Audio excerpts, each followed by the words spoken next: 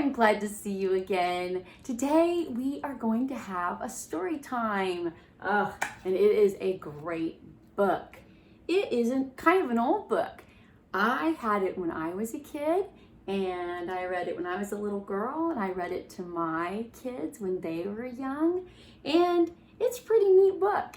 So it's a book about love, and sometimes love being hard, and sometimes wanting to think more about yourself than others, but then it's about making the right choice. It's a pretty great book, and it's called Little Mouse on the Prairie, written by Stephen Cosgrove and illustrated by Robin James. And there's our little mouse. In a land of dewdrops and daydreams, near absolutely nothing at all, lived a whole bunch of mice. Now these mice weren't your average run-of-the-mill house mouse mice.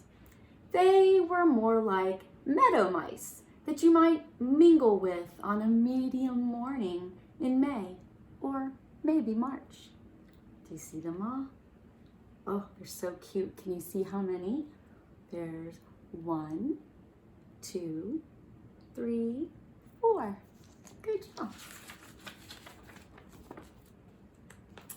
From dawn to dusk, through spring and early summer, they would skitter and scurry across the prairie without a single care in the world. They would race about and then suddenly leap high in the air to touch the wings of a golden butterfly. Or sometimes they would do nothing at all except sniff the flowers. That sounds lovely. All the mice of the prairie were like this except for one small mouse called Tweezledee. When the other mice were playing their silly games, Tweezledee, or as the other mice called her, Tweez, would work industriously, doing all sorts of tedious chores. Tedious, that means they were pretty hard to do. There she is, she's working. As soon as she woke in the morning, right after eating her breakfast and brushing her teeth, she would begin a long day of hard work. She would dash this way and that, collecting twigs, branches, and brambles with which to build her new winter home. Oh, look, it looks like it's going to be really nice. I like that door. Tweez worked for months and months as the other mice played in the meadow. If she wasn't working on her house, she would be off and about collecting nuts and berries and storing them away for the winter. She never stopped to play, but was always on the go, searching for this or that and working, working, working. The only thing she never did were smile or laugh. Tweez thought that smiling and laughing was a waste of time, and she barely had enough time to do her chores as it was. Oh, she's so busy. Oh my goodness. The other mice of the meadow would stop their play just to watch Tweez work. They would laugh till they could laugh no more, watching her dash from place to place, searching for the perfect leaf or just so twig. Sometimes it was great fun for the other mice to see if they could get Tweez to smile. As she would race by, they would jump in front of her, making faces that should have made a statue smile. She would always just shrug her shoulders and say, "Silly mouse, I have no time to smile, for winter is coming and I have work to do." Then she would move quickly on her grumbly way. Ooh, I wonder what kind of faces they made. Can we make a funny face? Let's see. We could go, or we could go, or we could go. I don't know, but no matter what they did, she didn't laugh. She didn't even giggle. Oh. One day, the mice ran out of fun things to do, and they sat in the meadow and thought, hoping to find some new game to play. "I know what we can do," said one of the mice brightly. Let's play a joke on that old grouch mouse Tweezledee. He hurriedly whispered his plan to the other mice. They all giggled in delight and set off in a million directions to gather what they needed for their wonderful joke. From every flower in the meadow, they picked all the pollen their little arms could hold. Then they carefully placed the pollen high in the branches of a tree that spread over the path that she took every day to and from the meadow. When everything was in its place, the mice hid at the base of the tree, giggling as they waited for Tweezledee. I wonder what's going to happen. Sure enough, not a moment or two later, Tweez came trudging along the trail. One of the mice, as usual, jumped in front of her and made a ridiculously funny face. "Out of my way, silly mouse," she said. "I have more work to do, for winter is on its way." "No, winter has already come," said the little mouse, and he tried to hide a smile. Tweez looked about the meadow and said solemnly, "No, it hasn't. Look around, mouse. There's no snow." With that, the other mice shook the tree, causing the pollen to fall on top of poor Tweezledee like snowfall in deep December. They all laughed and laughed, but she just glared and said, "Mark my words. Winter is coming, and when it does, you silly mice won't be laughing so hard." "Oh, grouch," they chanted as she moved on her way. "She doesn't know what she's talking about." Then they began rolling and playing in the pollen. Oh dear, do you see? There's Tweez, and she has pollen all over her. She doesn't look very happy. Let's see. Sure enough, just as she had predicted, winter did come to the meadow. In a swoosh of clouds, wind, and snow, the whole meadow was crystal white and quite still. At first, the mice found the snow to be just another game, but as the day wore on, it became colder and colder. What are we gonna do?" cried the mice through chattering teeth. Tweez was right. We should have worked to prepare for winter. Now we shall surely freeze." They all huddled together, and one of them said, We must go to Tweez. Maybe she can help." Oh, look, they're so cold. All through the meadow. Stop for a second while we do that one again. Okay.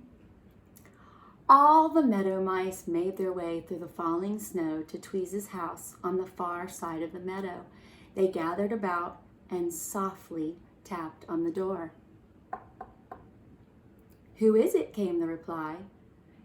"It's the mice of the meadow," they answered.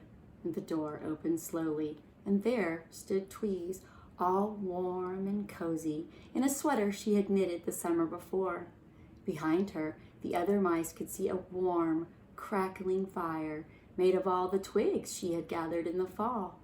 "What do you want?" growled Tweez. "Have you come to play another joke on me?" "No," said one of the mice. We came to say we were sorry for all the things we did, and that you were right. Winter was coming, and we should have prepared ourselves as you did." Then all the mice cried, Please, Tweez, can't we stay with you? If you refuse, we'll freeze." Tweez shrugged her shoulders and said, "Well, you should have thought of that before." And with that, she closed the door. Oh no. Oh no. Tweez busied herself stoking the fire and cleaning house. But you know what? Never in her life had she ever smiled, nor had she ever been happy. In fact, she was very, very lonely. She tried to keep busy, But day after day, all she could think about was those poor, freezing mice somewhere out in the snow-covered meadow. Finally, she could stand it no more, and after putting on her winter coat and mittens, she set out to find the mice. For you see, Tweez had a plan, a very happy plan. Look, she's got her winter stuff on. After searching for many hours, she finally found them huddled in a snowbank beneath a scraggly bush. With a frozen tear in her eye, she told them her plan. "Fellow mice," she began, "through the summer, I worked as you played, preparing for winter. Many times I wanted to join you, but I didn't know how. If you will teach me how to have fun, I will teach you how to spin and weave, and I will share my home with you." The mice quickly agreed, and they all set off for the warmth of Tweez's home. Oh, that's so lovely. They're going to work together. What a merry time they had. Tweez taught them how to weave and sew, and they taught her how to laugh and sing. And once or twice, for no reason at all, Tweezledee would smile a happy smile. Oh, do you see them all? They're all together, snugly. And do you think they're having fun? Yes. Oh, because Tweez shared her love and they shared their love back. Oh, I love this story. You know, sometimes it is really hard to share and to be kind to other people, especially if you have something that you need to get done and they're kind of bothering you, or maybe because you know you're working really hard and they're not. It can also be that there are friends or other people who are standing away and they don't ever seem to get involved in the group. They don't ever seem to come over and play. But sometimes we need to go and ask. Sometimes we need to say, hi, do you want to come and play with us? We're doing a game and this is how you play. Or to tell a person when you're working, okay, just wait for just another minute and I'll take a break and then we can spend some time together.